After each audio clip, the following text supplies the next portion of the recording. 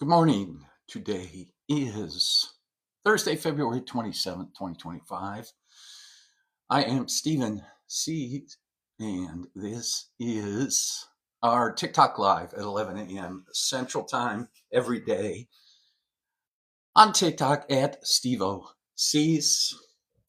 This is our metaphysical, spiritual, and esoteric discussion of the day using the Course in Miracles as our framework to talk about those subjects. And one of our good friends is here right off the bat, Jonathan Wright. Good morning, Jonathan.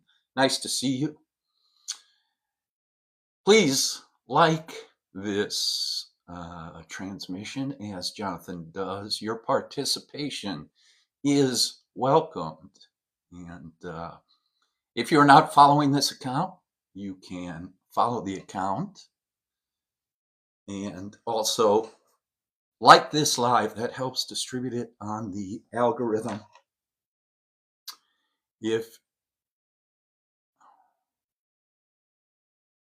What does Jonathan say here? I finally caught you while waiting to be offloaded. Okay, Jonathan is unloading his truck as he travels the United States and beyond. What state are you in, Jonathan? What state of the union are you in? Because I know you are happy, joyful, and free, but what state of the union are you in? So, as we wait for Jonathan to answer that question, Pennsylvania on the East Coast. All right. So, we use the Course in Miracles as a framework for our discussion about who and what we are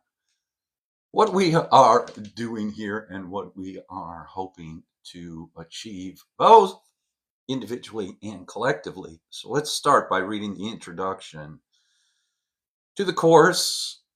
And it says this is a Course in Miracles. It is a required course. Only the time you take it is voluntary. So this is a universal curriculum. The Course presents the universal curriculum from a Christian framework, but it says, of course, there are many paths to the oneness. There are many paths back to the source. There are many paths to enlightenment. This one just happens to use a Christian framework, and so uses some of that terminology. The voice that is speaking, for instance, in the Course in Miracles, this channeled material is the voice of Jesus. So it says this is a required course. Only the time you take it is voluntary. Free will does not mean that you can establish the curriculum. It means only that you can elect what you want to take at a given time. The Course does not aim at teaching the meaning of love, for that is beyond what can be taught. It does aim, however, at removing the blocks to the awareness of love's presence, which is your natural inheritance. The opposite of love is fear, but what is all-encompassing can have no opposite. This course can therefore be summed up very simply in this way: nothing real can be threatened, nothing unreal exists. So, thanks everyone for joining us today. We will go for about an hour, which is the time limit TikTok puts on this live. I guess at my current follower level, if you're not following and you like to talk about spiritual subjects, esoteric subjects, and metaphysical subjects, I know Jonathan shared with me recently that he is reading the autobiography of a yogi. So that is a fantastic book by Yogananda, and I'm sure many of you here are acquainted with it or have read it. Many of the same themes discussed in that book as discussed in the Course. So we are on lesson 58 today, one lesson per day from the Course. Uh, Today is the 27th, so the 58th lesson is a review lesson, and there are 5 lessons connected with this review. 5 thoughts for the day that we have been practicing over the last couple of months. And here's how it goes. The first statement to think about today says, my holiness envelops everything I see. My holiness envelops everything I see. From my holiness does the perception of the real world come. Having forgiven, I no longer see myself as guilty. I can accept the innocence that is the truth about me. Seen through understanding eyes, the holiness of the world is all I see, for I can picture only the thoughts I hold about myself. Okay, pretty straightforward. It is saying there that the thoughts I hold about myself create the world that I see. So with those first 50 lessons and with this review, we are opening ourselves up to the thoughts of the Holy Spirit and a new thought system to replace the thought system that has been creating the perception that we have been functioning under so far. A perception that shows us an insane world, according to the Course.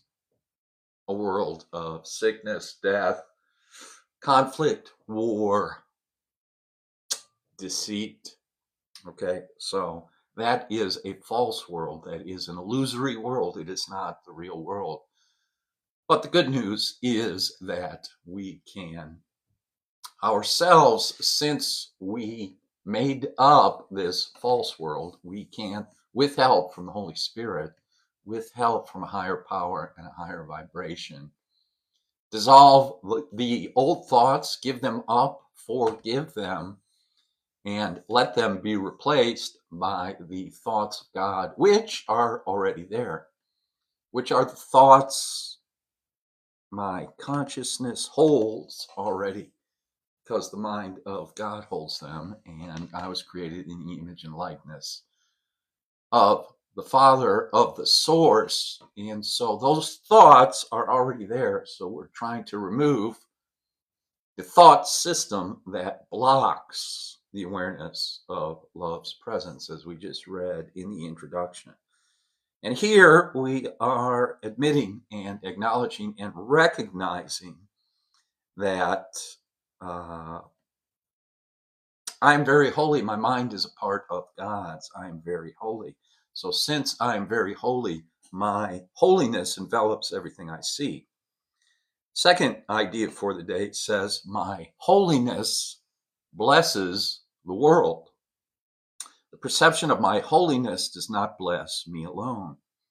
Everyone and everything I see in its light shares in the joy it brings to me. There is nothing that is apart from this joy, because there is nothing that does not share my holiness.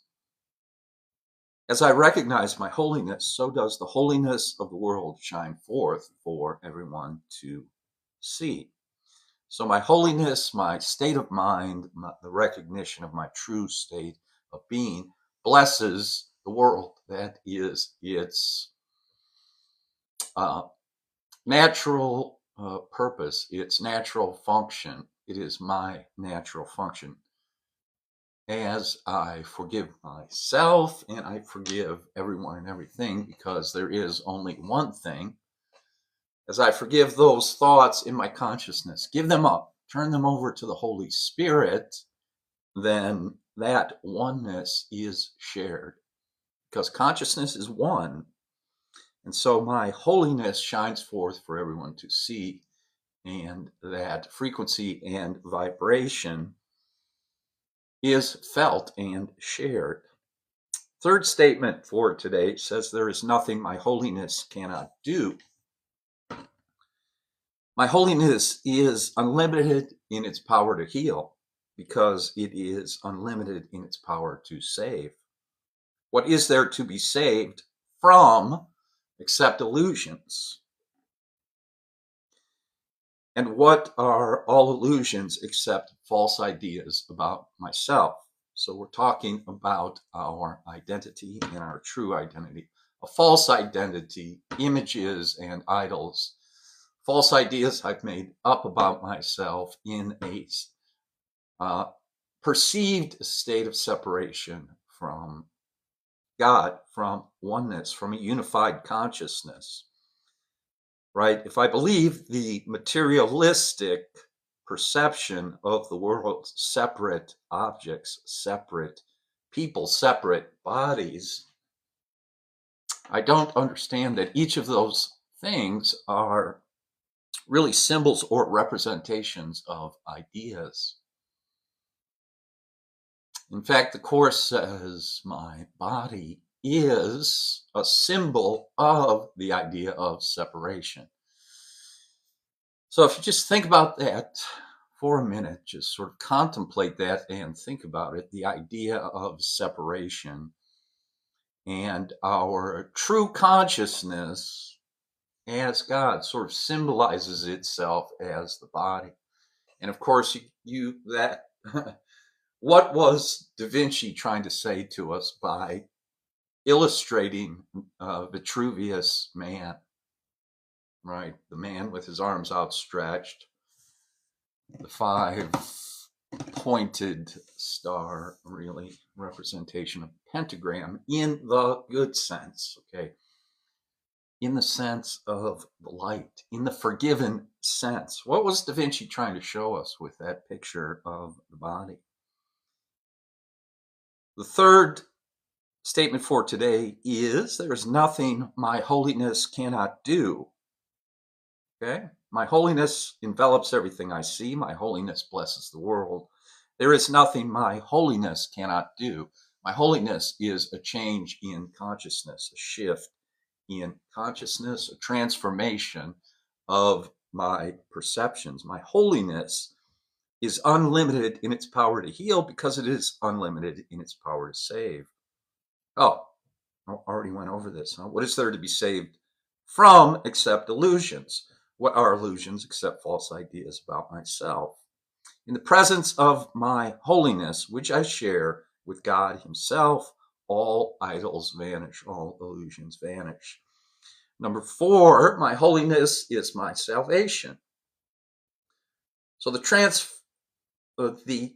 transformation of my consciousness by repenting, by changing my mind, by the renewing of my mind, by putting off the old man and putting on the new man. That is my salvation. Since my holiness saves me from all guilt, recognizing my holiness is recognizing my salvation. It is also recognizing the salvation of the world. This is the recognition that Jesus had. This is the realization that Jesus had. In fact, it discusses it in the text. It says he realized that if it was for him, it was for everyone, since consciousness is one. A unified consciousness only for myself is the idea of separation.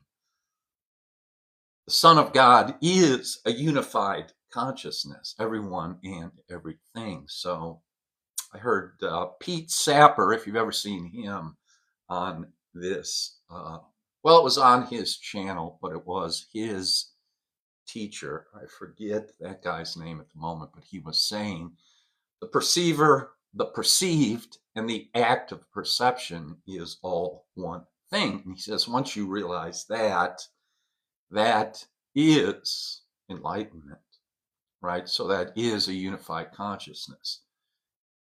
And he made an analogy of pulling up a drawbridge, right? Once I realize it's all myself, it's all my identity, he said, nothing in the environment can touch me then, because I realize it's my own consciousness. The act of perceiving, who is perceiving, and what is being perceived is one thing, a unified consciousness. And that is my holiness. That is my salvation. That is enlightenment by the definition that was being used. It says, since my holiness saves me from all guilt, recognizing my holiness is recognizing my salvation. Guilt is identified with sin, is identified with separation, right? I've torn myself away from God. Or I believe, if I believe the ego, because the ego will twist it up, God has cast me out of the Garden of Eden. God has cast me out. I've been abandoned by God, which is a lie, which is the ego, okay, which is ego consciousness, separation consciousness, the perception of separation. So I believe I've been abandoned, which causes guilt. The guilt is so extreme, so deeply buried, so much part of my subconscious mind that I then project it. And now you, my brother, are my problem. As the Course says, you are trying to take God away from me. You are trying to steal my peace of mind, right? So my self-knowledge, know thyself, the knowledge of myself, my peace of mind, my unity consciousness has been ripped away from me. I've done it to myself. I have created every situation. I have made up, every situation that I find myself in. I'm doing this to myself, which, properly seen, properly perceived, is good news because I've done it to myself, so I can't save myself. As the Course says, I have the power of forgiveness. I can make a decision to change my mind. So my holiness is my salvation. Once I've accepted my holiness, nothing can make me afraid. And because I am unafraid, everyone must share in my understanding, which is the gift of God to me and to the world. And then finally, number 5, I am blessed as a son of God. All those things being true, that I am very holy, my mind is one with God's, I have never left the mind of God. Okay? If I think otherwise, I'm simply dreaming.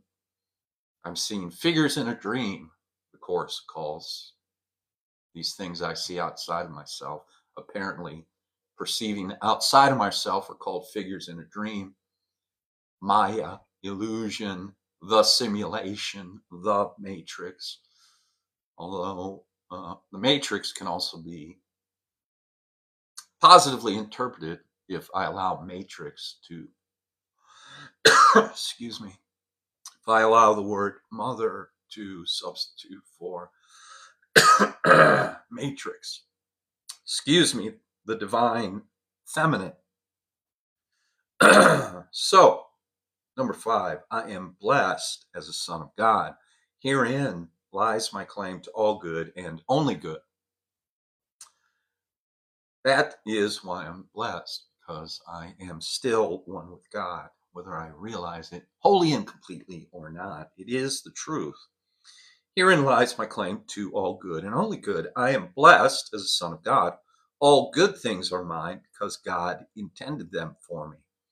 I cannot suffer any loss or deprivation or pain because of who I am. My Father supports me, protects me, and directs me in all things. His care for me is infinite and is with me forever. I am eternally blessed as his son, even in time and space, right? And this knowledge and this recognition and this awareness does not have to wait, does not wait on anything. It's true right now. I do not have to wait until I have thrown off this body, given up this body, right? I can realize these things right now in consciousness, through consciousness. The Course says this is true communication with my source.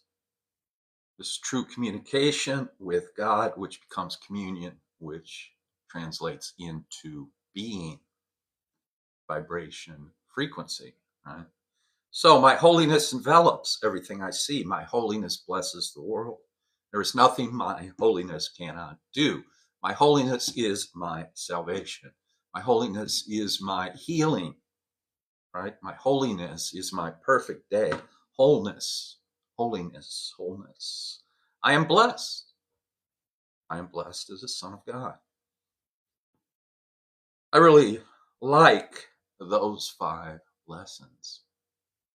That's really nice. Those feel good to me today. That's for sure. So this corresponding text, we can go to a corresponding text now. Chapter 7, section 10. Chapter 7, section 10 is called the confusion of pain and joy. Right? The ego is completely confused. The motto, okay, the t-shirt that the ego wears says, seek but do not find, right? Knock and nobody's home. Okay? The ego is confusion because it is not a unified consciousness. It is a sense of separation. And so it is not connected to reality. It is not connected to anything. It has just taken one thing from here, one thing from there, pieces and patches. It's sort of made a bricolage, or it's not a mandala. It's not a unified pattern. It's just a big heap of separate parts, which leads to confusion and pain instead of joy. So the confusion of pain and joy, the kingdom is the result of premises, just as this world is. So the world that I see with all its troubles, now I can see them without them triggering me. I can bear witness to them and realize that they are meaningless. Therefore, if they're meaningless, they shouldn't disturb me, shouldn't bother me.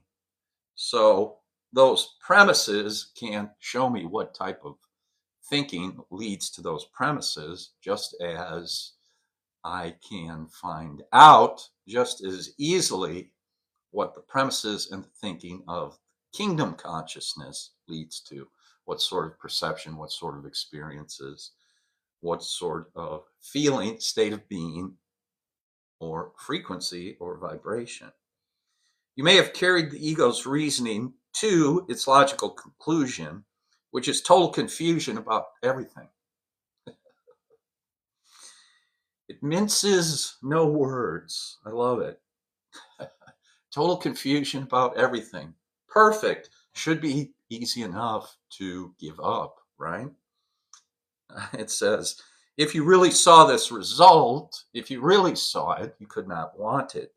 The only reason you could possibly want any part of it is because you do not see the whole of it.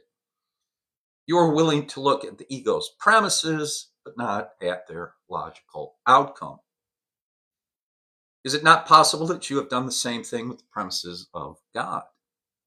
Your creations are the logical outcome of God's premises. His thinking has established them for you. They are exactly where they belong.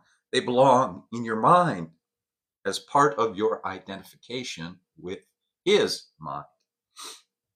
But your state of mind and your recognition of what is in it depend on what you believe about your mind.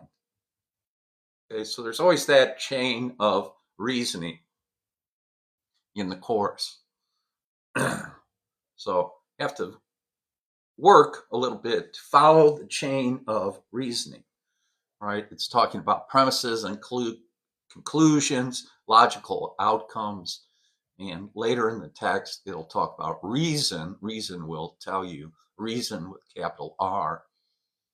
And it says the ego is perfectly capable of reasoning as well as the Holy Spirit. However, its premises are incorrect. And so its reasoning is insane because it starts from an insane premise that I don't know who I am, for instance, is one form of the ego's insane premise. Who am I?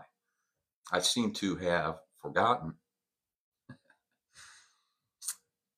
God's thinking has established my creations for me. They're exactly where they belong. They belong in your mind as part of your identification with His, but your state of mind and your recognition of what is in it depend on what you believe about your mind. Whatever these beliefs may be, they are the premises that will determine what you accept into your mind, right? So a little bit of gatekeeping there, which is what the conscious mind is often referred to as the gatekeeper, right? So what thoughts am I going to really accept and let into my mind, which become beliefs, which become habits, which become ways of looking at the world, right? So conscious mind can divide, right? The conscious mind, the intellect is the sword, is the suit of swords, right? That divides things. Yes, no. It is surely clear that you can both accept into your mind what is not there and deny what is. Yet the function God Himself gave your mind through His, you may deny, but you cannot prevent. It is the logical outcome of what you are. The ability to see a logical outcome depends on the willingness to see it, but its truth has nothing to do with your willingness. So God created a perfect mind for me. Am I willing to see that? God's perfect mind, God's perfect knowingness of who and what I am cannot be shaken. It is the foundation of my true existence, my true state of being. That never changes. Am I willing to see that, or do I still want to be in charge somehow? Do I still want to call the shots somehow? Truth is God's will. Share His will, and you share what He knows. Deny His will, it's yours, and you are denying His kingdom and yours. The Holy Spirit will direct you only so as to avoid pain. Surely no one would object to this goal if you recognized it. The problem is not whether what the Holy Spirit says is true, but whether you want to listen to what she says. That's the willingness. Okay. Will I stop? Will I meditate? Will I be still? Will I listen? Despite what I think I want to do. Right? We've already said, I do not perceive my own best interests. You no more recognize what is painful than you know what is joyful, and are in fact very apt to confuse the two. Thus, the title of this section, The Confusion of Pain and Joy. Right? And as soon as I go, hey, no, I know the difference between pain and joy. And the course is saying, maybe you don't, since keep getting results that I keep getting results that I don't like. Right? Maybe I don't know the difference. Maybe I don't know the benefits of true forgiveness, full forgiveness of myself and others. Maybe I don't really know. Can I admit that to myself? Can I gain a foothold? Can I gain a handhold and start there? Am I willing? The Holy Spirit's main function is to teach you, to tell them apart, to tell what apart? Pain and joy. As the Holy Spirit's main function is to teach me that. So I must need to learn that, because that's what the Holy Spirit is trying to teach me, and it is a universal curriculum, according to the introduction that we read to start the day. What is joyful to you is painful to the ego, and as long as you are in doubt about what you are, you will be confused about joy and pain. This confusion is the cause of the whole idea of sacrifice. Obey the Holy Spirit, and you will be giving up ego, but you will be sacrificing nothing. On the contrary, you will be gaining everything. If you believed this, there would be no conflict. Right? So the ego is the confuser. The ego is the deceiver. The ego is the lie and the father of lies, right? So the ego, very deceptive, very ingenious, very inventive, the Course says, in order to continue to defend against my knowing the truth about myself. And again, this is my own internal battle. I've done this to myself. What an interesting idea, right? I'm actually trying, for some reason, although eventually as I start to realize it, I say to myself, okay, that's enough. That's enough of that. Okay, I've had enough of that. Enough is enough, right? Begins to dawn on me. Light begins to shine into the darkness. And I say, wait a minute. If I finally come to the point where I'm able to admit, okay, I'm doing this to myself, well, then I want to hopefully accelerate the process, really get a hold of the process and finish it. It is finished, right? The crucifixion of the ego, it is finished, right? I want to say that on the cross, the crucifixion of the ego has finally been undone. It is finished. Okay, then into your hands I can commend my spirit, Father. I can let the Holy Spirit take over. I can turn my will and my life over to the care of God as I understand Him, her, it, right? And I can quit worrying, quit fussing, allow God to communicate to me, and through, as it is said, my intuition, my lowly listening, right? The stillness of my heart, through the silence and perfect stillness, I can be guided and directed what to do. And trust me, as it says in the Course, not much is required. If I would just get out of the way, things would go so much better. Things would improve vastly. In fact, the Course says you have no idea how much better things would be. You can't even conceive of it. You can't imagine it. And so it is that grip, right? I try to hold on to things with. I begin to direct things. I found myself, for instance, when I see something, when there is a revelation, right? A sudden awareness about something. Oh, that's what's happening. That's what's going on. Oh, and then I see a greater vision, or I see things unfolding in a certain way. I've been given a vision, right? Then I want to accelerate it. The vision has been given to me by the higher power, by the I am.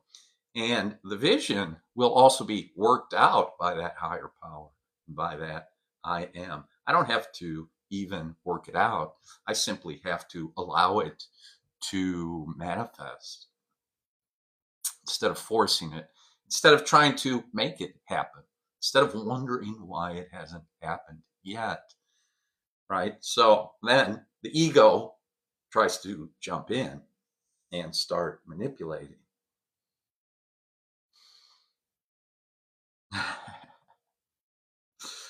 right? It's at times it's difficult to sit still, right? And wait upon the Lord, wait upon the law, wait upon the manifestation, and enjoy myself, enjoy things as they are until the manifestation produces itself, right? Until the higher vibration sort of becomes the new normal. It says that is why you need. If you believed this, there would be no conflict, okay?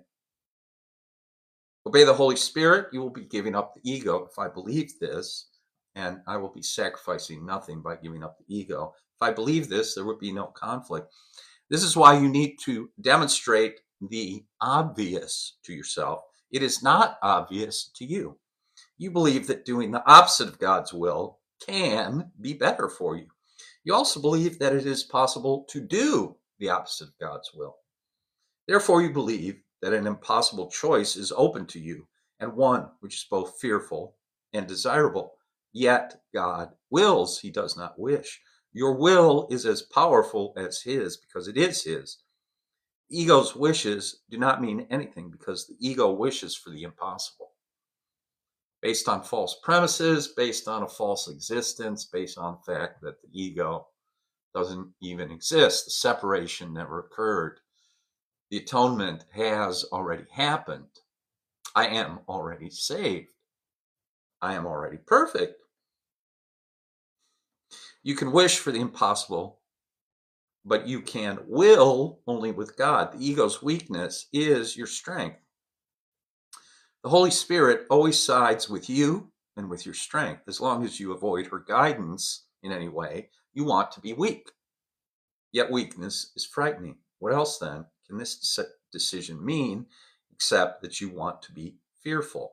The Holy Spirit never asks for sacrifice, but the ego always does.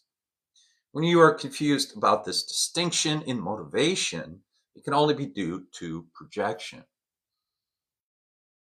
Right? The idea of sacrifice, boy, this is a big one right here. What is my true motivation? Right? We're constantly taught, or I have been at least, or I think I have heard, and I think I have believed, the idea that I have to sacrifice to make progress, right? I have to sacrifice to get ahead. No, in fact, everything has already been given to me. Everything is already mine.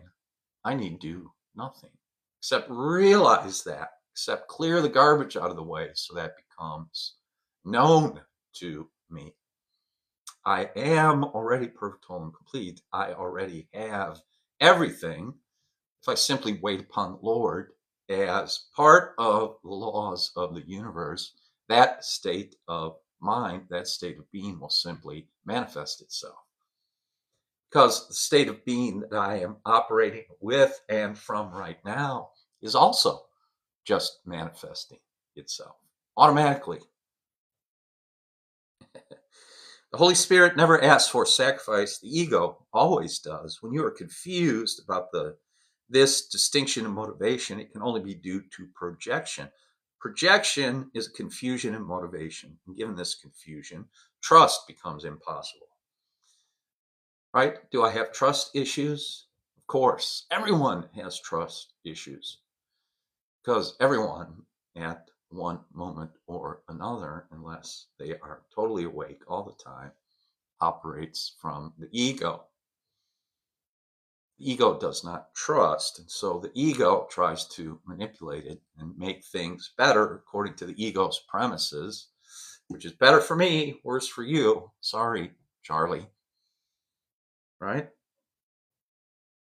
Projection is a confusion in motivation, and given this confusion, trust becomes impossible. No one gladly obeys a guide he does not trust, but this does not mean that the guide is untrustworthy. In this case, it always means that the follower is. However, this too is merely a matter of his own belief. Believing that he can betray, he believes that everything can betray him, yet this is only because he has elected to follow false guidance.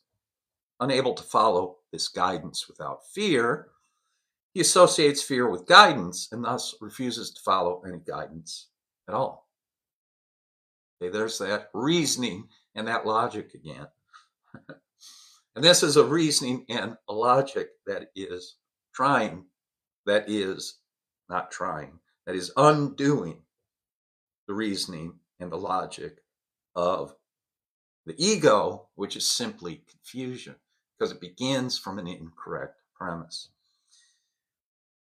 Okay, unable to follow this guidance without fear, the thinker associates fear with guidance and refuses to follow any guidance at all. Trust issues. If the result of this decision is confusion, this is hardly surprising. So, what is the solution? Now, the Course now speaks the solution. The Holy Spirit is perfectly trustworthy, as you are. God himself trusts you, and therefore your trustworthiness is beyond question. It will always remain beyond question, however much you may question it. I said before that you are the will of God. His will is not an idle wish, and your identification with his will is not optional, since it is what you are. Sharing God's will with me, Jesus, is not really open to choice, though it may seem to be. Jesus as the I am, as the Christ consciousness, Buddha consciousness, Krishna consciousness, however, universal consciousness, unified consciousness, whatever word you would like to describe it. The only way out of the error, okay, so let me back up a couple sentences. Sharing God's will with me is not really open to choice, though it may seem to be. The whole separation lies in this error. The only way out of the error is to decide that you do not have to decide anything. Everything has been given you by God's decision. That is his will, and you cannot undo it. Right? So by the grace of the Holy Spirit, by the grace of God, I don't have to earn it. It's already given to me, freely given. And so to will as God wills is then to reflect his will, is then myself to give freely and give unconditionally. To give blessings. I am blessed as a son of God. My holiness blesses the world. Right? All of this is true, and all of this is the truth. And the final paragraph says, miracles, this is a course in miracles, miracles are in accord with the will of God, whose will you do not know because you are confused about what you will. This means that you are confused about what you are. If I understand who I am, I would understand what my will is. If you are God's will and do not accept his will, you are denying joy. The miracle is therefore a lesson in what joy is. Being a lesson in sharing, it is a lesson in love, which is joy. So all of those sentences there are describing what the Course considers a miracle to be. A miracle is love. A miracle is the expression of love. A miracle is the understanding of love, the understanding of God's will, the understanding of joy. Those are all miracles. Every miracle is thus a lesson in truth, and by offering truth, you are learning the difference between pain and joy. So, wow, both the lesson for the day and the text for today, short but sweet. If you do not have a copy of the book, Course in Miracles, you can go online to acim.org, which is the website of the Foundation for Inner Peace, and you can go look up this passage, which is from chapter 7 today, section 10, the confusion of pain and joy. And you can check it out for yourself. Go over it again. See what it says. So we have this discussion every day at 11 a.m. I log on every day to do this live at 11 a.m. Central Time. If you miss this transmission, this broadcast, I also upload it to my YouTube channel, also at CBOCs on YouTube. And you can click through it there, or follow it there, or watch it there, like it there. All of that is appreciated. Thank you for being here today. Thanks, Jonathan, for 2.4 thousand likes, 2,400 likes from Jonathan, who's waiting to have his, there's a couple more. There's another one who is waiting to have his truck unloaded. So thanks, Jonathan, for being here. You know, I appreciate it. I always appreciate it, and I will. Have a great one. You have a great one too. And everyone else, thank you for being here. Thanks for stopping by. Peace and blessings. Love you. Have a great day. Drive safely and take care. I'll talk to you soon. Have a good one.